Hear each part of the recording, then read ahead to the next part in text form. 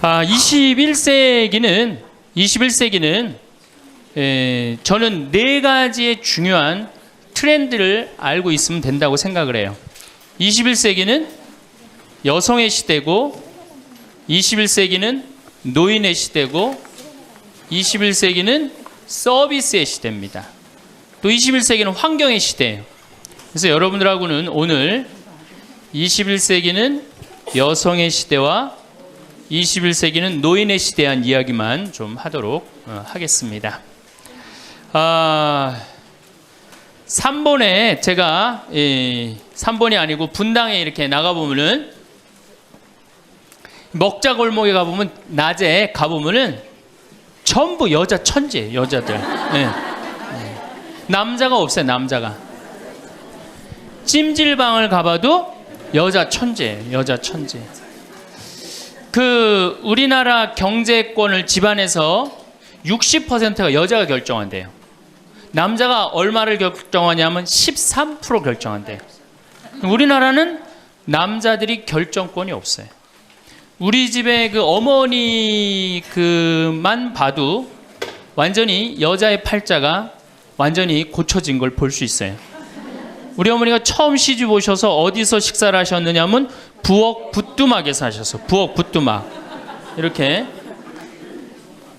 여기다가 올려놓고 나물에 밥을 3분에 비벼 드셨대요.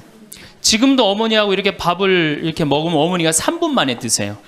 왜 이렇게 빨리 먹느냐 그러니까 6.25 이전에 시집을 와갖고 밥을 빨리 먹어야만이 소 꼴도 먹이고 죽도 쓰고 애들 젖도 먹이고 어디 감히 시아버지하고 남편하고 밥을 먹느냐 이거예요.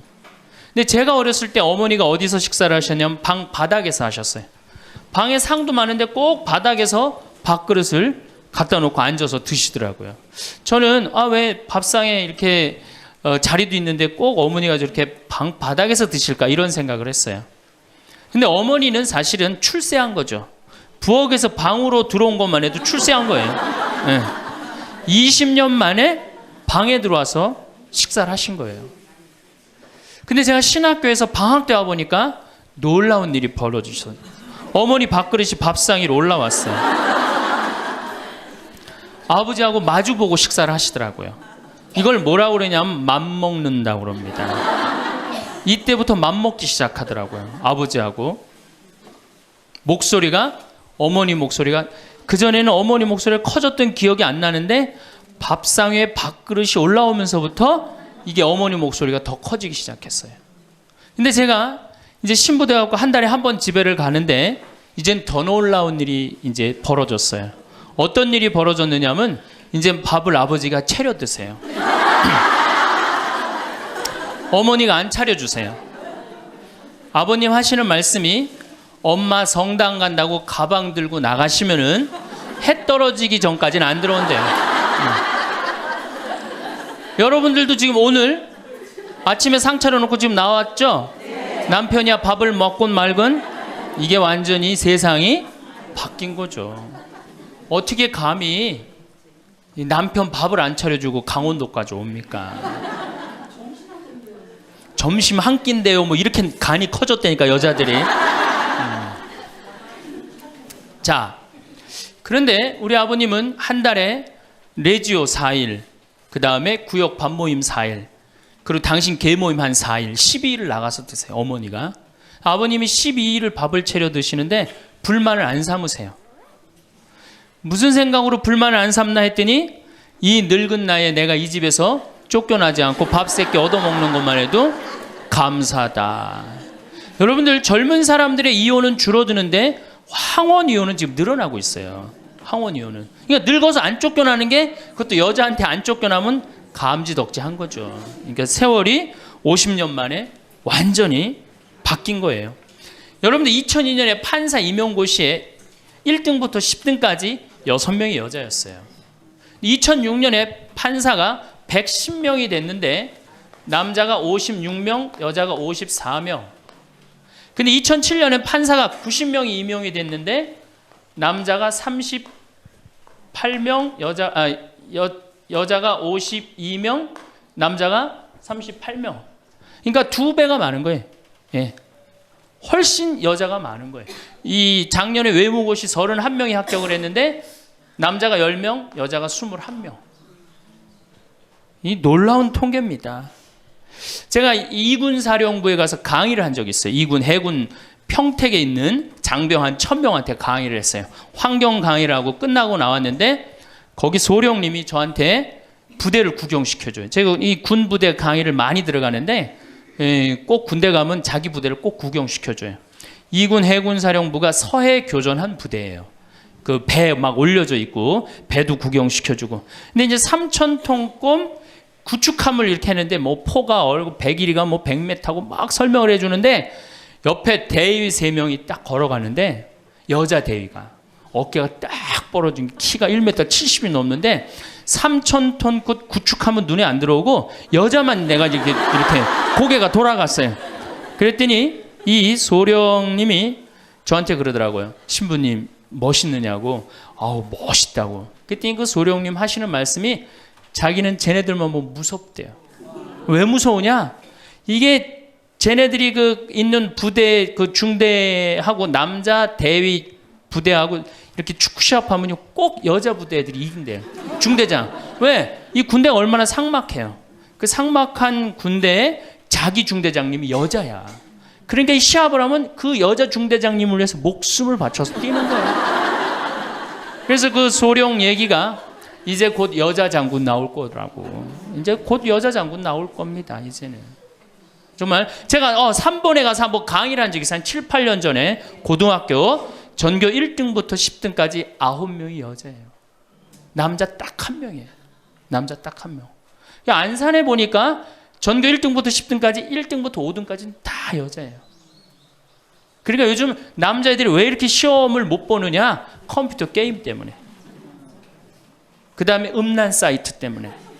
그 다음에 개떼처럼 돌아다니는 특성 때문에 남자애들이 여자애들을 따라갈 수가 없대. 혹시 우리 집에 남자만 아들만 낳았다 손 들어보세요. 우리 집에 아들만 있다 손 들어보세요. 이 집은 이제 망한 거예요.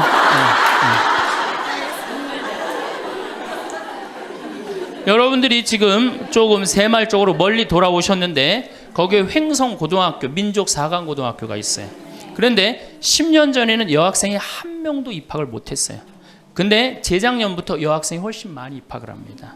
어딜 가도 여자가 약진을 하고 있어요. 2007년 여러분들 의사, 변호사, 회계사, 약사 이거 고소득 일자리의 70%가 여자가 차지해요. 남자는 30%밖에 못 차지해요. 그러니까 완전히 이 여자 세상이 온 거죠. 일본의 골드만삭스라는 이게 굉장히 중요한 통계인데 이 여성들이 얼마나 중요하냐? 115개 기업을 조사를 했는데 여성 이사가 있는 회사는 10년간 일본이 90년서부터 2000년까지 0% 성장을 하죠. 10년간 주식이 96% 오른 건 다 여성 이사가 있는 회사만. 그때 일본은 전체적으로 몇 프로 올랐느냐? 13% 올랐다는 거예요. 우리 집에 이제 딸이 있다. 그렇다면 이제 역사의 한 페이지를 장식할 인물이 나올 거예요. 여기 계신 분들 중에 내가 아들을 놓으면은 처음에 아들이 고추 달고 딱 나오면 뭔가 여자로서 일을 해낸 것 같죠. 그렇죠? 내가 드디어 이 시집에 와서 이 집에 이제 대를 잇는구나. 그리고 이놈이 이제 고추를 달고 막 뛰어다니면 그렇게 뿌듯하대요. 쳐다만 봐도. 그렇죠? 근데 이제 이놈이 이제 고등학교에 가고 콧수염이 나기 시작하면은 멀어지는 거예요. 사촌이 돼버리는 거예요. 사촌이. 엄마를 봐도 말도 안 하고 씩 자기 방에 들어가고 다정하게 말 건네는 게 없어요.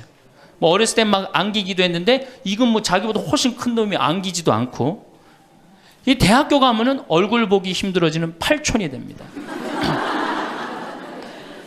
이제 장가를 가면 이제 사돈이 돼버리죠.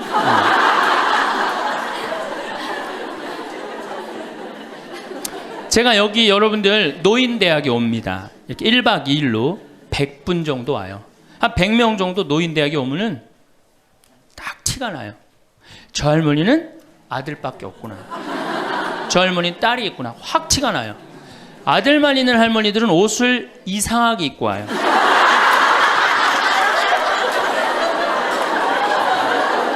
그 몸빼 바지 비슷한 거 입고 와요. 아들만 있는 날이. 아니 관광버스를 타고 여기까지 오는데 1박 2일을 오는데 멋을 좀 내야 되는데 하여튼 몸빼 바지 비슷한 거 입고 와요. 파마를 해도 어떻게 하고 오느냐? 철모 뒤집어 쓴 거 같이 이렇게 하고 와요. 파마를 하고 와도. 그럼 물어보면 제가 물어봐요. 할머니 아들밖에 없죠? 그러니까 아들밖에 없대. 아니 사준 아들이 엄마가 철모를 뒤집어 쓰든 몸빼 바지를 입든 관심 없습니다. 근데 딸이 있는 할머니들은 틀려요. 딸이 있는 할머니들은 이 스카프를 하고 와도 색깔이 벌써 뭐 보라색에 벌써 틀려요. 이 파마 웨이브가 틀려요. 딸이 있는 할머니들은. 네, 딸이 있는 할머니들은 파마 웨이브가 틀려요.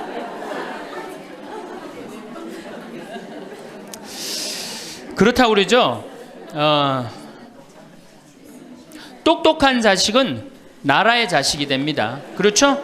똑똑한 아들 자식은 나라의 자식이 되고 돈 많은 자식은 그렇지 사돈의 자식이 되고 이게 어리삐리한 것만 내 아들로 남아서 평생 고생시키는 거예요. 어리삐리한 것만 내 아들로 남아서 평생을 고생시켜요.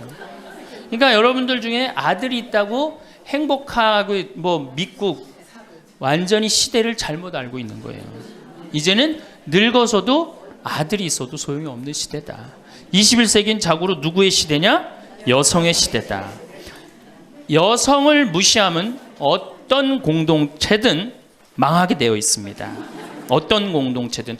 우리나라에서 돈 제일 많이 버는 기업이 삼성이에요. 여성 이사가 제일 많은 회사가 삼성입니다. 아프가니스탄 여성 글도 안 가르쳐요. 그러니까 굶는 거예요. 샘 월튼이라는 분이 있어요. 이분이 누구냐면 월마트 창시자예요. 월마트 아시죠? 세계 최대의 기업이죠.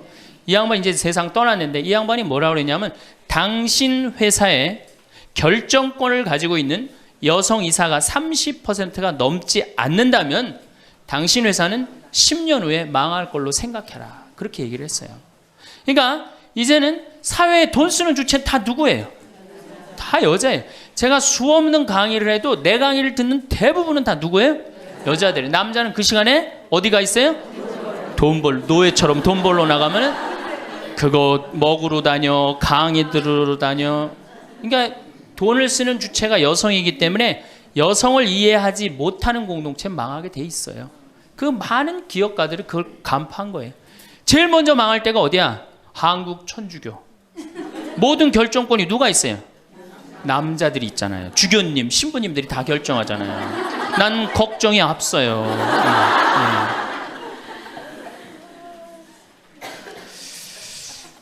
사회는 변해가는데 교회는 이 엄청난 시대의 변화를 이해하지 못하고 있어요. 따라가지 못하는 거죠. 그러니까 성당 나오는 대부분의 정말로 이 신앙생활하는 대부분의 우리 고객은 신앙생활하는 교우들은 누구예요? 여성이란 말이야. 근데 신부들이 뭘 알아요? 여러분이 뭐 때문에 괴로워하는지 알아요? 몰라요. 한 걸음 건너는 거예요. 이 늙은 나이 드신 할머니들은 뭐 때문에 괴로워요? 그놈은 며느리 때문에 괴롭잖아요. 근데 우리가 며느리 때문에 괴로워하는 시어머니를 잘 이해합니까? 못하죠. 젊은 여러분들은 뭐 때문에? 죽지도 않는 시어머니 때문에 괴롭잖아요. 성당에 와서 앉아 있어도 답답한 거예요. 정말 그런 뻥 뚫리는 얘기 별로 못 들어요. 그러니까 우리 천주교가 사실은 뭐 400만이다 500만이라 그래도 미사 참여는 120만 밖에 참여를 안 합니다. 그러니까 네 식구 중에 한 식구만 주일날 와서 밥 먹는 거예요. 망한 거죠. 사실은 엄격하게 보면은. 근데 이런 심각성을 잘 못 느끼고 있는 거예요. 그러면은 여성들이 왜 이렇게 갑자기 살기 좋은 세상이 됐느냐? 이유가 있어요. 20세기에 10대 발명품이 있습니다. 여러분들 그게 뭐냐면은 상대성 이론, 원자탄 2차 세계대전을 끝낸 거, 페르마의 마지막 정리, 자동차, 비행기, DNA 이중 나선 구조, PC, 인터넷, 물리학의 양자역학. 이게 20세기 최대의 발명품인데 최대의 발명품은 1961년 독일 쉘링사에서 나온 아나보나라는 피임약이에요. 그럼 피임약이 나오기 전에 우리 어머니 세대, 70, 80이 된 어머니 세대는 애를 몇 낳았어요?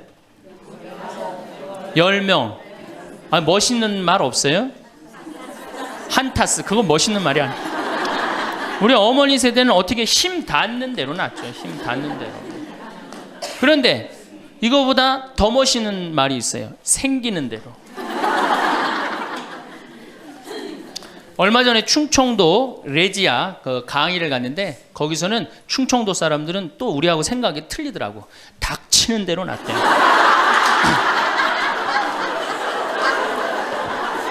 닥치는 대로 낳대요. 그러니까 우리 어머니 세대 16에 시집 갑니다. 그렇죠? 16 생식 능력 시작되면 그럼 배가 불러요. 16 시작하고 배가 부르면 17 되면 애가 하나 나와요. 애가 나오면 얼마나 바빠요. 젖 먹여줘야죠. 얼러줘야죠. 논일 나가야죠. 밭일 나가야죠. 우리는 어렸을 때 집에 누에를 키웠어요. 누에 뽕 먹여야죠. 얼마나 바빠요. 그런데 이게 아장아장 걸어다닐만 하면 19 되면 또 어떻게 돼? 또 배불러. 그 20 되면 또 하나 나와. 이 둘이 이제 아장아장 기어다니고 정신이 하나도 없죠. 22 되면 또 배불러요. 23 되면 또 나와요. 그러니까 어디 놀러 가고 싶어도 어떻게 하나는 포대기에 싸고 하나는 젖에 매달고 하나는 옆구리에 끼고 어딜 옛날에 여자들이 놀러를 가요. 집 밖 동네 밖 꿈도 못 꿨습니다. 이렇게 몇 가지 애를 놓냐면 40가지 애를 낳아요. 그러니까 몇 년 동안 애를 놓느냐면 25년 동안 애를 놓는 거예요. 25년 동안. 여러분들 이게 사람이에요? 25년 동안 애를 놓으면 이거는 애를 놓는 게 아니라 새끼 놓고 새끼 키우고 새끼 놓고 새끼 키우고 새끼 놓고 새끼 키우는 거예요. 그러니까 40에 내가 애를 놓으면은 그 애는 내 첫 장남의 애하고 같이 자랍니다. 그러니까 옛날에 할머니들은 요즘 젊은이들은 다 우리 아가야 그러잖아요. 근데 옛날에 할머니는 다 뭐라 그래? 아이고 우리 새끼들 그러잖아요. 막내는 새끼로 안 보이죠. 강아지로 보입니다. 강아지. 아이고 우리 강아지. 그러니까 25년 동안 저렇게 새끼 놓고 새끼 키운 여자 머릿속에 든 게 있느냐? 머릿속에 든 게 있을 수가 없어요. 그렇게 바쁜데 무슨 생각할 시간이 어디 있어요. 그래서 머릿속에 든 거 없는 여자가 집안일 챙겨나면 그 집 망한다. 그래서 암탉 꼬꼬댁 하우스 폭삭 그랬어요. 옛날에는. 그런데 이 피임약이 나오고부터 애가 줄어들기 시작합니다. 4명으로 3명으로 2명으로 이젠 1.05명으로 줄어들었어요. 여자가 애 놓는 시간이 1년으로 줄어들었어요. 1년으로. 여자한테 몇 년의 시간이 자유시간이 주어져요? 24년의 자유시간이 주어진 거예요. 자, 24년 동안 여자들이 사법고시 보고 행정고시 보고 외무고시 보고 육사 가고 해사 가고 공군사관학교 가고 경찰대학 뭐 1, 2, 3등 수석 졸업 육사 해사 수석 졸업 이건 다 이제 옛날 얘기에 다 휩습니다. 그러니까 여러분들 가정에 우리 집에 아들만 있다. 이 집은 뭐예요? 망한 거예요. 그래서 내가 딸을 둘 놓으면 뭐? 금메달. 그렇죠? 아들 하나 딸 하나 놓으면 은메달. 아들만 둘 놓으면 목메달. 그래 목메달. 동메달이 아니에요. 목메달이에요. 목메달은.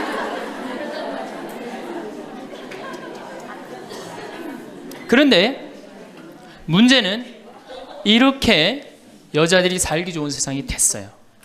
이렇게 살기 좋은 세상이 됐는데 참 불행하게도 대한민국에서는 여자들이 이 사회를 주도해 나가는 주도 세력이 못 됩니다. 왜냐하면 16대 때 우리나라 여성 국회의원이 16명에서 300명 중에 5.4%, 17대 때는 39명, 300명 중에 그러니까 12%, 13%예요. 그런데 여러분들 정말로 잘 산다는 스웨덴은 국회의원이 42.7%, 덴마크는 29.8%, 30%예요. 그러니까 여성들이 사회에 진출해서 그 사회를 변화시키려고 굉장히 노력을 해요. 근데 우리나라 여성들은 사회가 뒤집어지든 엎어지든 지금 바로 여러분들 세대, 지금 30대, 40대, 50대 요 세대들은 관심이 없어요. 엎어지든 뒤집어지든. 지금 여러분들 우리나라 4급 공무원 100명 중에 여자 공무원이 몇 명인 줄 아세요? 딱 5명이에요.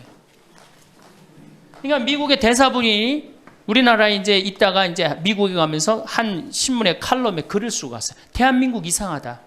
이렇게 여자들이 대학까지 나오는, 이렇게 많이 나오는 나라도 없다. 그런데 대학까지 나온 이 고급 인력이 시집만 가면 다 자기를 관둔다. 참 이상하다. 그래서 한국이 발전을 못하는 거예요. 그 인력이 어떻게 그대로 다 계속 사회를 위해서 노력을 해야 되거든요. 우리가 $10,000에서 $20,000로 넘어갈 때 여성의 사회 참여율이 모든 국가를 통계를 빼보니까 9% 정도 증가했대요. 여성들이 사회에 나가는 게. 우리나라는 1.6%. 사회 안 나가는 거예요. 왜 안 나가요? 두 가지 때문에 안 나갑니다. 이 두 가지, 이 병을 고치지 않는 한 우리나라는 선진국으로 가기도 힘들고 대한민국 정말 행복한 나라로 가기도 힘들어요. 첫 번째 뭐냐? 자식 교육. 여기에 미쳐 있어요. 요즘 내가 이렇게 방송을 보면은 정말로 정신없구나 이런 생각이 들어요. 두 번째로는 텔레비전. 이게 또 방송으로 나가겠지만 이 텔레비전님에 미쳐 있어요. 텔레비전. 이 두 가지 여자들이 완전히 미쳐서 사회에 건강한 세력이 되지 못하는 거예요. 그럼 자식 교육을 가만히 보면은 한번 보세요. 내가 이제 딱 아기를 가졌어. 임신을 했어. 요즘 젊은 엄마들이 임신을 딱 하면은 얼마나 이뻐요. 지금 이제 해도 나고 이제 조금 있으면 더 멋있어질 것 같은데 강도 예쁘고 산도 예쁘고 꽃도 예쁘고 하늘도 예쁘잖아요. 그럼 내가 세상에 태어나갖고 정말 이렇게 행복하게 살았으면 좋겠다 이런 생각하는 엄마들 거의 없어요. 임신을 하는 순간 내 뱃속에 서울대학 C가 들어왔다고 생각을 해요. 이 얼마나 불행해요. 그래갖고 뱃속에 있는 애한테 글자를 가르칩니다. 도화지를 이렇게 오려서 대한민국, 대통령, 뭐 변호사 뭐 이런 거.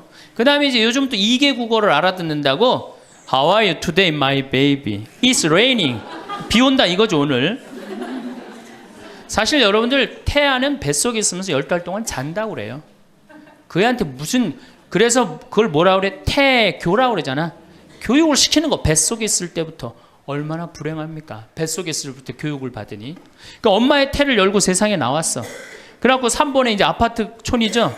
아파트를 통해서 수리산을 너무너무 보고 싶어 얘가. 구름도 보고 싶고 눈도 보고 싶고. 근데 이 잔인한 엄마들이, 아니 아무 생각 없는 엄마들이 아파트 베란다 창문에 한쪽에는 가나다라마바 차타카타를 붙여놓고 한쪽에는 A, B, C, D, E, F, G를 붙여놓고 수리산을 보고 싶어도 보여요 안 보여요? 글자에 가려서 안 보이는 거예요. 내가 누워서 모빌이 돌아가는데 기억 니은 디귿 리을이 막 돌아가요. 모빌이 겨다닐만 하면은 엄마들이 텔레비에는 텔레비전이라고 써놓고 냉장고에는 냉장고라고 써놓고 의자에는 의자라고 써놓고. 그러니까 애들이 겨다닐 때마다 글자가 없는 데가 없어요. 그러니까 요즘 애들이 몇 살이면 한글 띱니까? 5살이면 4살 띄어요? 5살이면 한글 띄어요. 여기 계신 분 중에 초등학교 들어가기 전에 한글 띄신 분들 계세요?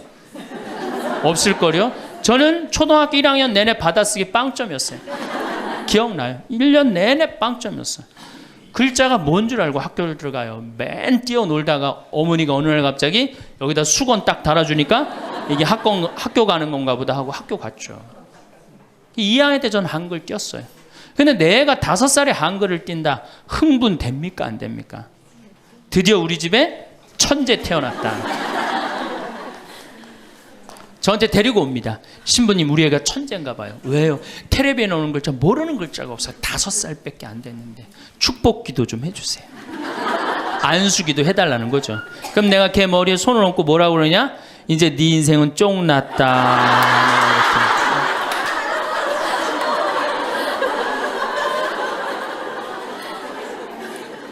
왜? 피아제나 썸머힐이나 몬테소리 같은 유아 교육 이론을 가만히 읽어보면요. 3살, 4살, 5살 때 뇌의 75%가 형성된대요. 이때 고정적인 개념을 가르치지 말라고 그래요. 근데 이 글자를 가르치면 글자는 잘 알지만 뭐를 몰라? 다른 걸 모르는 거예요. 그야말로 이제 똑똑 바보가 되는 거죠. 저한테 이렇게 말하는 엄마들이 참 많아요. 신부님, 우리 애가 머리는 똑똑한데 노력을 안 한다고. 어림도 없는 소리예요. 왜? 얘는 이제 머리가 완전히 막혀 있는 거예요. 이때 어떻게 해야 돼? 저는 어렸을 때 요때 어떻게 자랐느냐면은 스레트에 막 기어다니다가 떨어져갖고 끓는 물에도 떨어져 봤어요. 아, 이게 끓는 물에 떨어지면 뒤는구나. 그 다음에 팽이 깎는다고 막 낫으로 깎다가 여기 쳐갖고 아직도 여기 이 상처가 있어요. 5살 때 확 뼈까지 잘라갖고 이게 잘라지는 거구나. 이러면서 애가 뭐를 이해해? 세상을 이해한단 말이야. 세상 돌아가는 이치를 깨닫는단 말이야. 그때 돌아가면서.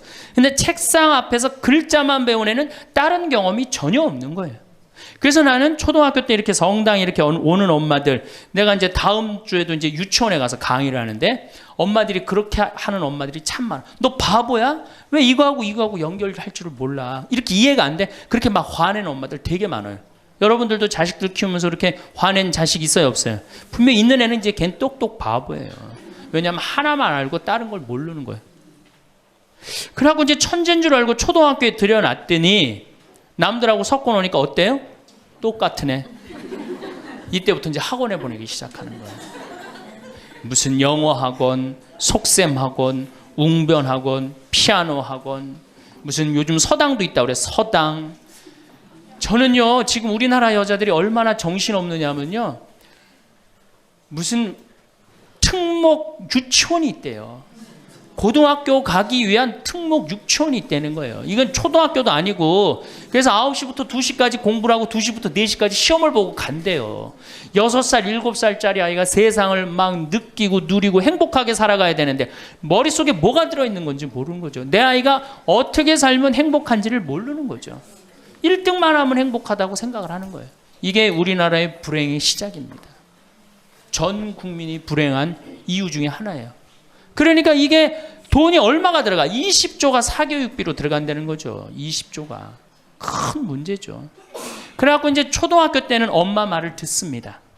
왜? 엄마가 나보다 크니까.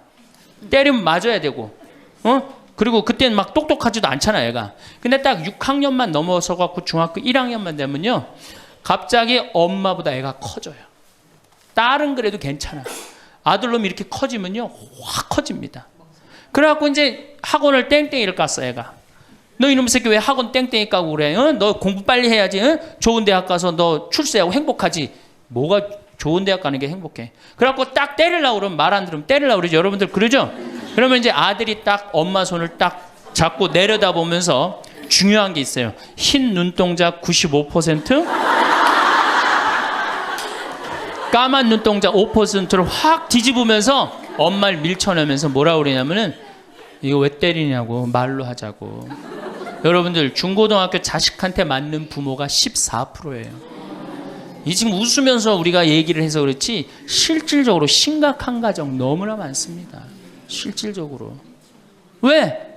엄마가 어디 있어? 우리 애들한테 관리자만 있지. 얼마 전에 반포 성당에서 교육을 받으러 오셨어요. 강의 끝나고 반포 자매님 한 분이 저하고 얘기를 할 기회가 있어서, 신부님 제가 중국집을 합니다. 그래도 반포에서 합니다. 꽤 잘 되는 음식점입니다. 제가 중국 음식점에 엄마들이 점심 때 갖고 탕수육 하나 시켜갖고 애 스케줄 관리해 준다는 거예요. 아니 그거 시켜놓고 학원 어디 가고 몇 시에 뭐 가고. 야, 애가 행복할 것 같아요? 어림도 없는 소리예요. 그러니까 얘네들이 무슨 병에 걸리냐면 번아웃 병에 걸려요. 하느님 인간으로 태어났으면 10살 때 쓸 거 20살 때, 30살 때, 40살 때, 50살 때 쓸 에너지를 줬는데 이거를 유치원부터 초등학교 때까지 다 태워 없앤 거예요. 그러니까 중학교만 올라가면 애가 에너지가 하나도 없어. 텅 비었어. 그래갖고 무슨 병에 걸리냐면 귀찮아 병에 걸려. 뭐 좀 하자 그러면 뭐라 그래? 엄마 귀찮아. 좀 놔도. 아무것도 하기 싫은 거예요. 그렇게 시달렸으니, 아니 초등학교 때는 4시간, 8살짜리가 4시간 공부하면 많이 한 거 아니에요? 공부? 근데 요즘 애들이 어떻게 해요? 밤 10시까지 학원을 다녀요. 그래서 한 애가 자살을 했잖아요. 근데 유서를 써놨는데 뭐라고 써놓고, 아버지는 8시에 들어오는데 왜 내가 10시에 들어와야 되느냐. 4학년 애가 초등학교. 이렇게 인생이 힘든 거라면 죽겠다. 그리고 뛰어내려서 죽었어요. 이거 누가 만드는 거예요? 여러분들이 만드는 거예요. 여러분들이 도대체 인생을 어떻게 살면 행복하고, 우리가 내 아이에 맞게 살아가야 되는데 내 아이가 공부만 못하면 뭐라 그래? 너 커서 뭐가 될래? 근데 유태인들은요, 공부를 못해도 애 기를 안 죽인대요. 우리는 공부 못하면 애 기 죽여, 인간성 나빠, 불효자의 천하의 몹쓸 놈이야, 꼴뚱하면은. 근데 유태인들은요, 꼴뚱을 하면은요, 부모가 애 기를 절대 안 죽인다. 꼴뚱하는 것도 서러운데 집에서 기까지 죽이면 애는 어디로 가라고. 그러니까 너 꼴뚱해도 괜찮아. 커서 돈만 많이 벌어. 지금 반에서 1, 2등 하는 애들 다 네 나중에 비서로 쓰고 회계사로 쓰면 돼. 걔네들 지금 열심히 공부하는 이유가 다 너를 위해서 공부하는 거야. 완전히 애 기를 살려주는 거예요. 그러니까 스티븐 스필버그가 나오는 거예요. 여러분들, 스티븐 스필버그가 고등학교 2학년 때 학교 적응을 못해서 학교를 관둡니다. 그리고 지지나 반에 편성돼요. 지지나 반에. 그런데 엄마가 어떻게 했느냐? 우리 아들은 영화를 좋아하니까, 우리 아들은 상상력이 좋으니까 훌륭할 거야. 끊임없이 아이의 기를 살려줘요. 이 사람이 어떻게 됐어요? 세계 최고의 감독이 된 거예요. 그 상상력 하나만 가지고. 엄마가 만약에 공부 꼴 지지나반, 이 지지나반에 들어간 이 지질이 복도 없는 거, 내가 팔자도 없지, 이랬다면 스티븐 스필버그가 나오지 않았을 거예요. 근데 우리나라는 꼴등하면 인간성 나쁘고 불효자고 부모님 마음 이해 못하고. 사실은 꼴등하는 애들이요, 여러분들 성격 좋은 애들이 꼴등하는 거예요. 이 유한 애들이 독한 놈들이 1등하는 거예요. 여러분들 자식들 중에 1등하는 애들이 있으면 독한 애들이에요. 그거 좋아할 거 하나도 없어요. 자, 이제 우리가 자녀들, 이제 엄마들이 무슨 생각을 하냐면, 내가 내 아이를 정말로 행복하게 키운다는 생각, 아니면 차라리 신앙으로도 키워야 되는데, 이게 대학에 미쳐 있기 때문에 중학교 3학년, 고등학교 3학년 때 미사를 안 나가면은 은근히 눈을 감아줘요. 은근히 눈을 감아줘요. 이땐 막 강하게 얘기를 안 합니다. 근데 사실 이게 이제 우리가 정말로 잘못 키우는 거죠. 자식을 완전히 잘못 키우는 거예요. 우리가 우리 자식들을 질서를 알게 키우든가, 아니면 예의를 알게 키우든가, 아니면 사랑을 알게 키우든가, 봉사를 알게 키워야 되는데, 너 편안하고 너 1등만 하면 최고야. 네가 1등만 하면 모든 게 다 용서돼. 그런 거예요. 우리가 얼마나 자식을 잘못 키우느냐면, 제가 이제 20년 전이에요. 신학교 졸업하고 내 동창 신학생하고 제주도 여행을 가기로 했어요. 근데 내가 이제 혼자 이제 돈이 없어갖고 이제 나하고 같이 가서 부산에 가서 비행기를 탔어요. 24년 만에 처음으로 비행기를 탄 거예요. 참 굉장히 설레고 막 기대되더라고. 그래서 창가에 앉으면 막 밑에 내려다 보이는 거, 막 꽃피는 팔도강산의 마지막 해가 그 장면이었어요. 비행기 타고 막 아래 내려다 보는 거. 그래서 나도 그걸 꿈꾸면서 나 비행기를 탔어요. 근데 마침 주님께서 날 도와주셔갖고 제가 창가에 딱 앉았어요. 그럼 내 옆에 내 신학생이 옆에 앉고, 그래갖고 폼을 있는 대로 바깥에 내다보고 막 난리를 치는데, 저쪽에서 이제 젊은 엄마가 한 5살짜리 아이의 손을 잡고 또박또박 걸었는데 왠지 불안하더라고. 그러더니 아니나 달라 바로 내 옆자리, 내 좌석 옆자리에 딱 앉는 거예요. 근데 이 5살짜리 놈이 엄마한테 졸르기 시작하는 거야. 엄마, 나 창가에 앉고 싶다는 거예요. 그런데 이 엄마가 안 돼. 여긴 네 자리고 저긴 저 형 자리이기 때문에 너는 여기 앉아서 가야 돼. 이렇게 말하면 얼마나 좋겠어요. 내 쪽 확 돌아서더니, 학생, 우리 아들이 처음 비행기를 타는데 창가에 앉고 싶으니까 자리 좀 양보해 달라는 거예요. 여러분들, 5년 만에 처음 탄 놈이랑 24년 만에 처음 탄 놈이랑 어느 놈이 더 애절할 것 같아요? 이건 24년 만에 탄 놈이 훨씬 애절해요. 그런데 제가 나도 처음 탔기 때문에 자리를 못 양보하겠다 이렇게 말할 수가 없더라고. 그래서 제가 자리를 양보했어요. 근데 이놈이 비행기가 뜨자마자부터 자는 거예요. 내가 내리는 동안 내내 째려보면서 결심한 게 있어요. 내가 죽을 때까지 저놈 얘기를 하리라. 그래서 지금 하는 거예요. 지금 20년째 지금 하고 있어요. 근데 내가 이제 배를 타고 목포로 와서 이제 기차를 타고 올라오는데, 목포에서 조금 광주쯤 지났을 거예요. 어떤 아이가 초등학교 한 4학년쯤 되는 애가 막 땀을 막 삐질삐질 흘리면서 배를 움켜쥐더라고요. 너 왜 그러냐니까 배가 너무 아프대. 나는 이제 좌석이 있고 그 아이는 서서 있는데, 비행기 자리도 내준 놈이 기차 자리 하나 못 내주겠어요? 너 여기 와서 앉아라. 나 괜찮으니까. 그래갖고 얘가 이제 내 자리에 앉아서 30분을 가는데 그 엄마가 한참 보더니 일으키더라고요. 너 일어나라고. 그 학생한테 자리를 내주라고. 나 괜찮다고. 근데 그 엄마 말이 아직도 기억에 나요. 내 아이가 난 질서를 아는 아이로 자랐으면 좋겠다. 아프다고 이렇게 다 하면은 나중에 커서 얘가 뭘 알겠냐. 자기 편안한 대로 살 거 아니냐. 그러니까 나를 도와달라고 그 엄마가 그러더라고요. 이제 시간이 지나서 나는 그렇게 지금 그 비행기에서 내 자리 뺏은 놈은 지금도 엄마 속을 썩일 거고 그 기차 자리에서 일어난 아이는 지금 엄마의 영광이 됐을 거예요. 근데 우리가 자식을 키울 때 어떤 기준으로 키우느냐 이 굉장히 중요합니다. 어쨌든 신부님은 결혼을 안 해갖고 자식의 소중함을 몰라서 그런 답답한 소리를 합니다. 그래갖고 이제 어떻게 내 아이가 이제 서울대학을 갈 줄 알았더니 지방 무슨 제3대학을 졸업을 했어. 네. 졸업을 해갖고 취직을 했어. 그럼 부모 역할 다 한 거야, 안 해요? 부모 역할 다 한 거예요. 역사적으로 자식이 농사를 지을 줄 알았으면 부모 역할 다 했어요. 공자님 시대 평균 연령이 몇 세였냐면 38세였어요. 16에 시집을 가갖고 32, 33 때면 내 아이가 16이 됐을 때 부모가 기다려줬어요, 안 기다려줬어요? 안 기다려줬어요. 죽었어요. 그러니까 옛날에는 자식이 부모한테 애절합니까? 안 애절합니까? 애절해요. 죽지 말라고. 그러니까 옛날에는 장남이 어머니 아버지 돌아가시면 어떻게 해요? 손가락 깨물어서 단지해드렸어요. 입에다 피 넣어드렸어요. 그건 어느 장남이나 부모가 30대 돌아가면 다 합니다. 그리고 허벅지 잘라갖고 고기 먹고 싶다면 자기가 직접 해주고. 그게 뭐 상상이 안 가는 일이지만 옛날에는 그게 가능했어요. 왜? 이렇게 날 키우고 지금 죽으면 어떻게 하느냐. 그리고 옛날에 장남이 죽지 말라고 그러는 이유가 있어요. 왜 죽지 말라고 그러면 동생이 13, 17, 4, 1살이란 말이야. 아니 이렇게 나눠놓고 지금 죽으면 이거 누가 키워야 돼? 장남이 키워야 되잖아요. 그러니까 죽지 말라고 그랬던 거예요. 근데 우리 어머니가 60까지 살았어. 그러면은 이 1살이 시집 장가 가는 나이예요.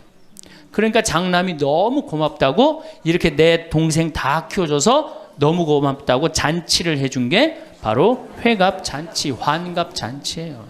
그러니까 옛날에는 환갑이 굉장히 의미가 있었어. 그런데 요즘은 환갑을 차려줬는데도 이게 안 죽네.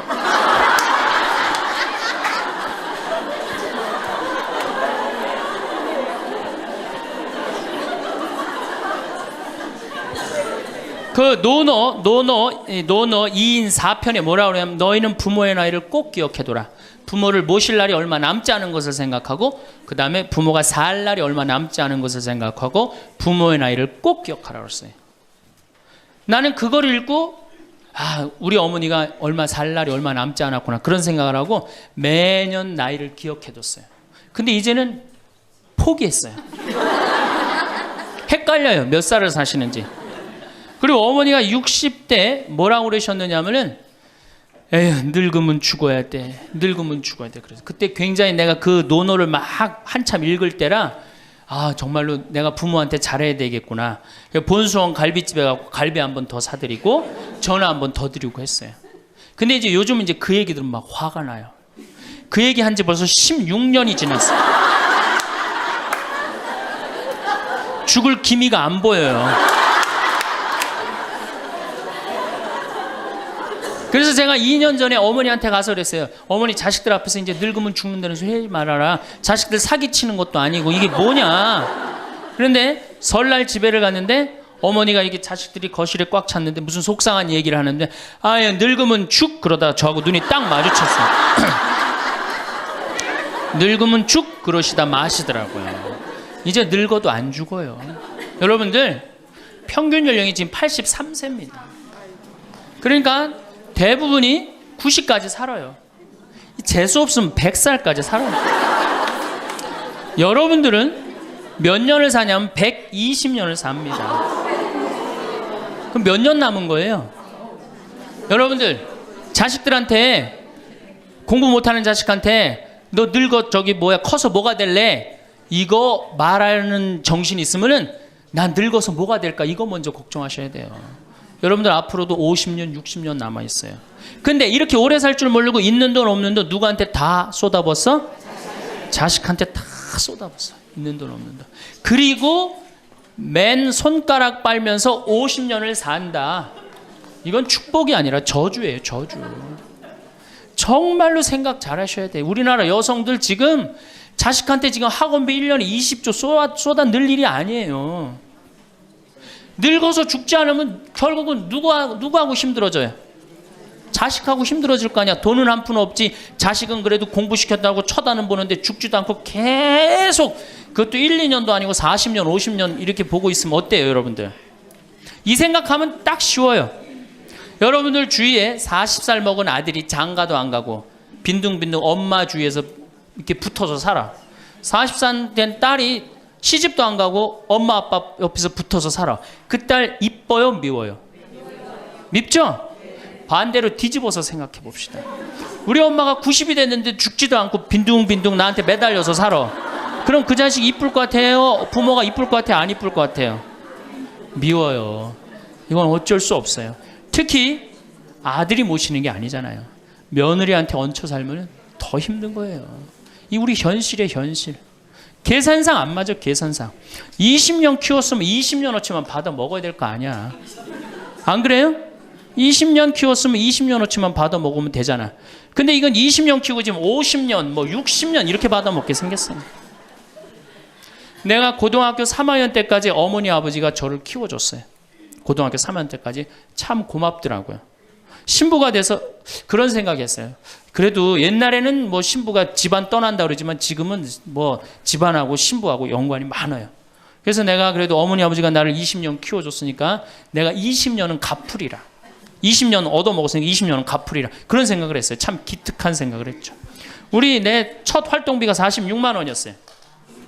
어머니 2만 5천 원, 아버지 2만 5천 원. 용돈을 드리기 시작했어요. 지금 17년째 한 달도 안 빠지고 용돈을 드려요. 지금은 좀 많이 드리죠. 뭐 강의 다니고 그러니까 조금 제가 강사료 있으면 한 달에 뭐 5번, 6번 강의를 나가니까 그 강사료 중에 하나만 나눠줘도 용돈 많이 드리는 거예요. 17년 드려요. 한 달도 안 빠지고. 제가 생각해도 제가 기특해요. 이제 3년만 하면 끝나는 거 이제.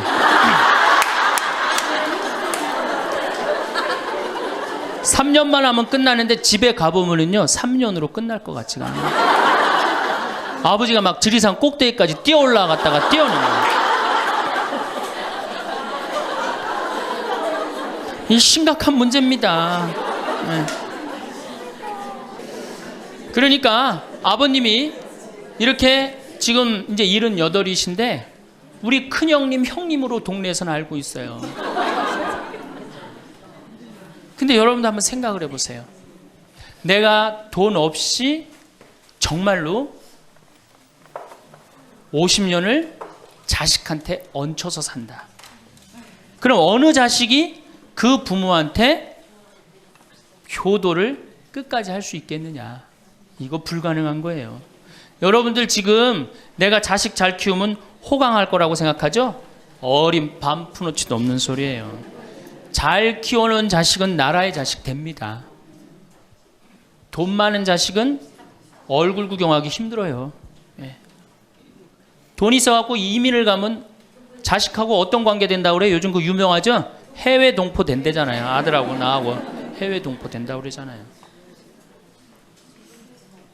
근데 이제 여러분들만 이제 안 죽는 게 문제가 아니에요. 우리 신부들도 안 죽네.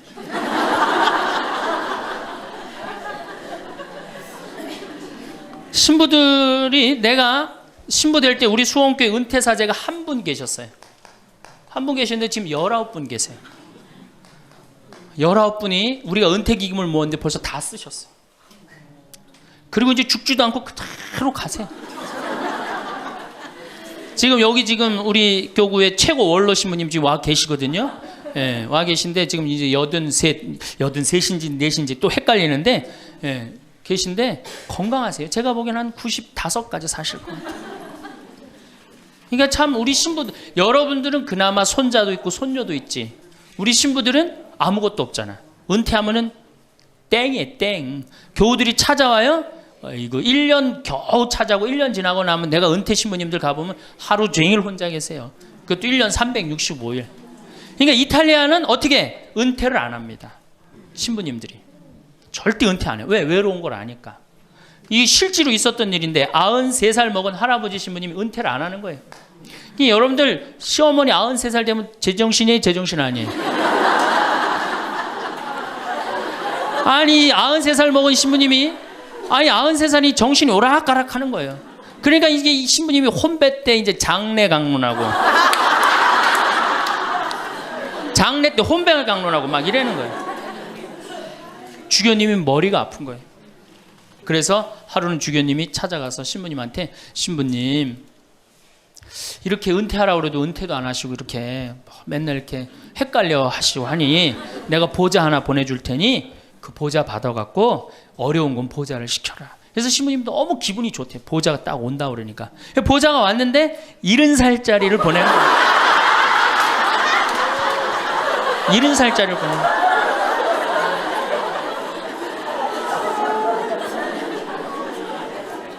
이제 여러분들 인생은요 60부터라는 거 옛날에 많이 들었죠?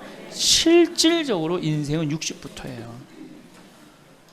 우리 이런 노래 알죠? 노세 노세 젊어 노세 늙어지면 못 노나니 이런 노래 있죠. 이게 100년 전에 우리 조선시대의 평균 연령이 46세였어요. 이때는 늙어서 놀 수가 없었어. 왜? 젊어서 다 죽었으니까. 근데 이 노래 이제 완전히 고쳐야 돼. 노세 노세 늙어 노세 늙어지면 안 죽나니. 이제 안 죽어요. 이제 안 죽어요. 이제 제가 다음 시간에는 그럼 노년에 대한 이해에 대한 말씀을 드릴 겁니다. 왜 우리가 노년을 잘 이해해야 되느냐? 이게 우리 사회에 아주 중요한 문제이기 때문이에요. 아주 중요한 문제예요. 그리고 자식교육, 아까 자식교육하고 텔레비전, 이 텔레비전님을 우리가 쳐 없애야만이 우리가 행복한 삶을 살 수 있어요. 그래서 여러분들 다음 시간에는 제가 이 두 가지에 대해서 좀 자세히 이야기하도록 하겠습니다. 네. 감사합니다.